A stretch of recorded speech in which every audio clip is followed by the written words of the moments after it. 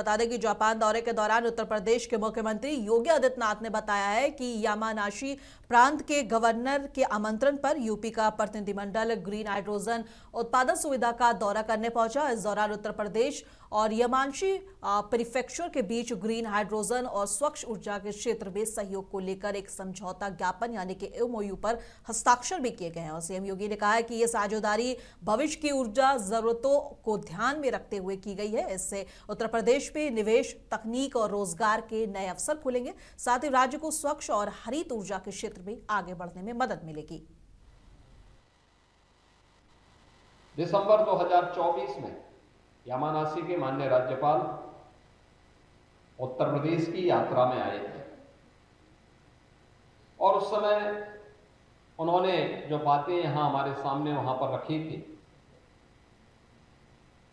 मुझे अच्छा लगा कि उन्होंने लगातार इसको फॉलोअप किया, इसके लिए पत्र भेजे, इस पहल को आगे बढ़ाने के लिए उन्होंने यहाँ के उपराज्यपाल महोदय को भी उत्तर प्रदेश की यात्रा पर भेजा। उत्तर प्रदेश का एक उच्च स्तरीय प्रतिनिधिमंडल, बिजनेस डेलीगेशन यहाँ की यात्रा पर आया था। उन्होंने अवलोकन करने के बाद फिर वहाँ की पूरी रिपोर्ट भी हम सबके सामने प्रस्तुत की और जिसका परिणाम है कि आज यामानाशी के माननीय राज्यपाल के आमंत्रण पर हम सब यामानाशी पे पहुंच करके हम लोगों ने यहाँ की स्थिति को देखा है, ग्रीन हाइड्रोजन के प्रोडक्शन को देखा है और इस तकनीक के बारे में आज उत्तर प्रदेश और यामानाशी के बीच में एक ऐतिहासिक समझौता ज्ञापन पर भी हस्ताक्षर हुआ है। और उत्तर प्रदेश के बसपा विधायक उमाशंकर सिंह की गिरफ्तारी के बाद बसपा सुप्रीमो मायावती ने अपनी प्रतिक्रिया दी है। मायावती ने ट्वीट कर कहा कि विधायक उमाशंकर सिंह हमेशा ईमानदारी और निष्ठा से अपनी जिम्मेदारी निभाते रहे और उनके खिलाफ कभी कोई अवैध संपत्ति अर्जित करने या गलत कार्य करने की शिकायत नहीं आई। उन्होंने ये भी कहा कि पिछले 2 सालों से विधायक गंभीर बीमारी से जूझ रहे हैं और इस स्थिति में आयकर विभाग ने उनसे पूछताछ उनके ठीक होने के बाद करनी चाहिए थी। मायावती ने इसे अति दुर्भाग्यपूर्ण और मानवता के खिलाफ कार्रवाई बताया है।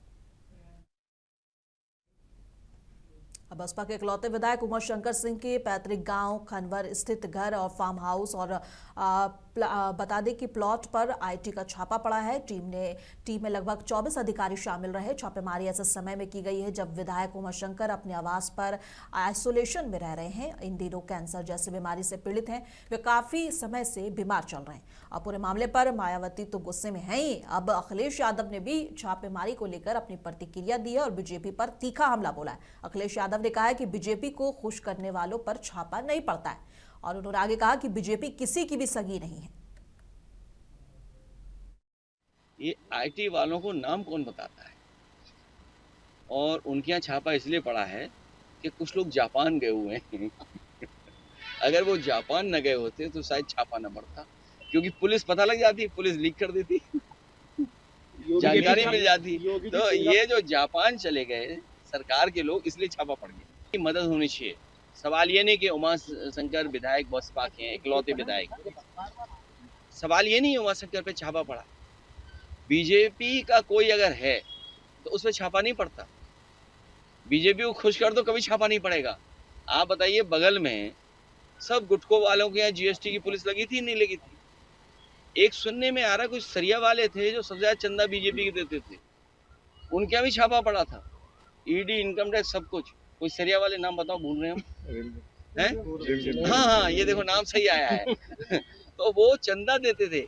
ये मान लीजिए कि बीजेपी किसी की सगी नहीं है, बीजेपी वालों की सगी नहीं है। देहरादून में आज एक खास कार्यक्रम का आयोजन किया गया जिसमें उत्तराखंड के मुख्यमंत्री पुष्कर सिंह धामी ने राज्य सरकार की सहायता प्राप्त नंदा गौरा योजना के तहत लाभार्थियों के खाते में सीधे धनराशि ट्रांसफर की और डायरेक्ट बेनिफिट ट्रांसफर डीबीटी के माध्यम से ये राशि सीधे पात्र लोगों के बैंक खातों में भेजी गई है, जिससे उन्हें बिना किसी परेशानी के आर्थिक सहायता मिल सके। और इस अवसर पर मुख्यमंत्री ने कहा कि राज्य सरकार बेटियों और महिलाओं के सशक्तिकरण के लिए लगातार काम कर रही है। नंदा गौरा योजना का उद्देश्य जरूरतमंद परिवारों की बेटियों को आर्थिक सहयोग देकर उनका भविष्य सुरक्षित करना है। मेरे घर की स्थिति अच्छी नहीं थी जिससे मैं अपनी मतलब शिक्षा कंप्लीट कर सकूं। कि मुझे इस योजना का लाभ मिला जिससे मैं कर पा रही हूँ। कहाँ पर है सर आप? MBA को लगी सर। और गाजीपुर में भ्रष्टाचार के खिलाफ बड़ी कार्रवाई हुई है। बिजली चोरी का मुकदमा दर्ज न करने और नया कनेक्शन देने के नाम पर 5,000 रुपए की रिश्वत मांग रहे बिजली विभाग के सहायक लाइनमैन को एंटी करप्शन टीम ने रंगे हाथ गिरफ्तार कर लिया है। और बताया जा रहा है कि शादियाबाद क्षेत्र के रहने वाले एक उपभोक्ता ने शिकायत की थी, उससे सुविधा शुल्क मांगा जा रहा था और शिकायत मिलते ही वाराणसी एंटी करप्शन टीम ने जाल बिछाया और सिरगिता पावर हाउस पर तैनात लाइनमैन शिशवंत कुमार को पैसे लेते हुए रंगे हाथ पकड़ लिया। आरोपी के खिलाफ मुकदमा दर्ज कर आगे की कार्रवाई की जा रही है। और सहारनपुर के थाना कुतुबशेर क्षेत्र में स्थित मिगलानी बिल्डिंग की एक दूध फैक्ट्री पर फूड विभाग ने छापेमारी की है। कार्रवाई के दौरान करीब 2000 लीटर दूध टॉयलेट के पास रखा मिला, जिसे देखकर टीम भी हैरान रह गई। जांच में ये भी सामने आया है कि जंग लगे कंटेनरों में दूध भरा जा रहा था और बेहद गंदगी भरे माहौल में दही और खोया तैयार किया जा रहा था। फूड विभाग ने दूध, दही और खोया के सैंपल जांच के लिए भेज दिए हैं। अगर रिपोर्ट में गड़बड़ी मिलती है तो फैक्ट्री के लाइसेंस को निरस्त किया जाएगा और मुकदमा भी दर्ज होगा। देखिए, ये चोपड़ा डेयरी है। आज हम लोग जो आने वाले आगामी त्यौहार हैं उसी के क्रम में नहीं ऐसी शिकायतें मिलती रहती हैं बीच कुछ की दूध प्रोडक्ट या इसमें नहीं मिलावट होती रहती है, खासकर होली पे मावा में मिलावट और इस क्रम में रहती हैं। तो उसी के क्रम में आज यहाँ चोपड़ा डेयरी पे हम लोग आए हुए हैं और यहाँ की जांच की जा रही है। नहीं सैंपल लिए जा रहे हैं मिल्क प्रोडक्ट के, नहीं जिसमें मावा है, क्रीम है, दही है, इन सब चीज़ों पे नहीं तो सैंपल है नहीं उसकी जांच कराई जाएगी। नहीं अगर जांच में गलत पाई जाएंगी तो कार्रवाई की जाएगी। बस हाँ, बिल्कुल बिल्कुल ऐसे नहीं होता है। नहीं तो क्योंकि पब्लिक का नहीं है कि गलत चीज़ें या मिलावट की चीज़ें ना जाए, जिससे नहीं हमारे मतलब किसी भी आम नागरिक के नहीं उसको खाने से नुकसान हो। तो इसी के क्रम में नहीं लगातार हमारी टीम एक्टिव है और डीओ साहब भी हमारे साथ में ही हैं। उसी क्रम में कार्रवाई की जा रही है। सर, अभी 3 दिन पहले वंशमावा भंडार पर छापेमारी की गई थी, लेकिन अभी तक सर कोई तथ्य सामने नहीं है। नहीं, देखिए थोड़ा सा नहीं टाइम इसलिए हो सकता है कि लगे क्योंकि सैंपल है जाता है नहीं, सैंपल जब जांच होके आता है कार्रवाई फिर कभी प्रोसीड हो पाती है। तो इसी क्रम में हो सकता है नहीं कि वो जांच का नहीं रिपोर्ट अभी ना आ पाई हो। बाकी यह है कि नहीं अगर जांच जाती है नहीं और गलत चीज़ें पाई जाती हैं तो उस पर निश्चित कार्रवाई फिर होती है। और झांसी शहर कोतवाली पुलिस ने हत्या के आरोप में 4 आरोपियों को गिरफ्तार किया है। मामला 24 फरवरी का है, जब उन्नाव गेट के बाहर 2 पक्षों के में विवाद के दौरान हुई फायरिंग में 58 साल की महिला कुसुम की मौत हो गई थी और उसका बेटा घायल हो गया था। पुलिस ने मुखबिर की सूचना पर नीलेश वाल्मीकि, जितेंद्र वाल्मीकि और सोनू वाल्मीकि और शैलेंद्र को भांडेरी गेट के पास से गिरफ्तार किया है। आरोपियों के घर से तलाशी में अवैध असला और तलवार भी बरामद हुए हैं। इस पूरे मामले में अब तक 11 लोगों के खिलाफ मुकदमा दर्ज किया गया है, जिनमें आधा दर्जन से अधिक लोगों को पहले ही गिरफ्तार किया जा चुका है। झांसी बीते 2 दिनों पहले थाना कोतवाली क्षेत्र में फायरिंग की घटना में एक महिला की मौत हुई थी, जिसमें पुलिस द्वारा 11 नामजद लोगों को नामजद किया गया था। उसी क्रम में कोतवाली पुलिस द्वारा 4 अभियुक्तों सहित और भी 9 लोगों को गिरफ्तार किया। बताया जा रहा है कि इस पूरे प्रकरण को झांसी पुलिस कप्तान ने बहुत गंभीरता से लिया था और कोतवाली पुलिस को इसके खुलासे के निर्देश दिए थे। इसी के चलते कोतवाली पुलिस सक्रिय हुई और इन अपराधियों को गिरफ्तार कर लिया। गिरफ्तारी के पीछे सबसे बड़ी बात यह बताई जा रही है कि इन लोगों द्वारा एक आपसी विवाद में फायरिंग की गई थी। फायरिंग की घटना से इलाके में भी सनसनी मची थी और सनसनी का माहौल था। सबसे बड़ी बात यह है कि इस तरीके की घटना होने से क्षेत्र में तनाव बन गया था, लेकिन उसके बावजूद भी पुलिस द्वारा अच्छी कार्रवाई की गई। कार्रवाई के बाद स्थानीय लोगों ने राहत की सांस ली है। कैमरा पर्सन कलाम कुरैशी के साथ सुल्तान आब्दी, मुंसिफ टीवी, झांसी।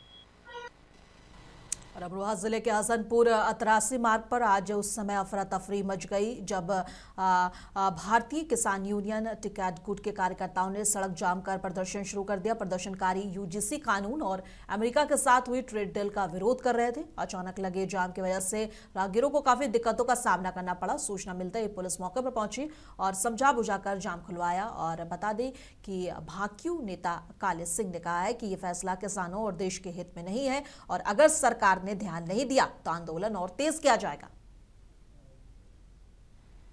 जो भारत सरकार ने एक अमेरिका से जो सौदा किया है ट्रेड डील का, उसका पुनः भारतीय किसान यूनियन टिकैत इसका पुनः विरोध करती है और आवश्यकता पड़ी तो हम रेड भी रोकनी पड़ेंगी और क्या नाम तुम्हारे धरना प्रदर्शन भी करने पड़ेंगे।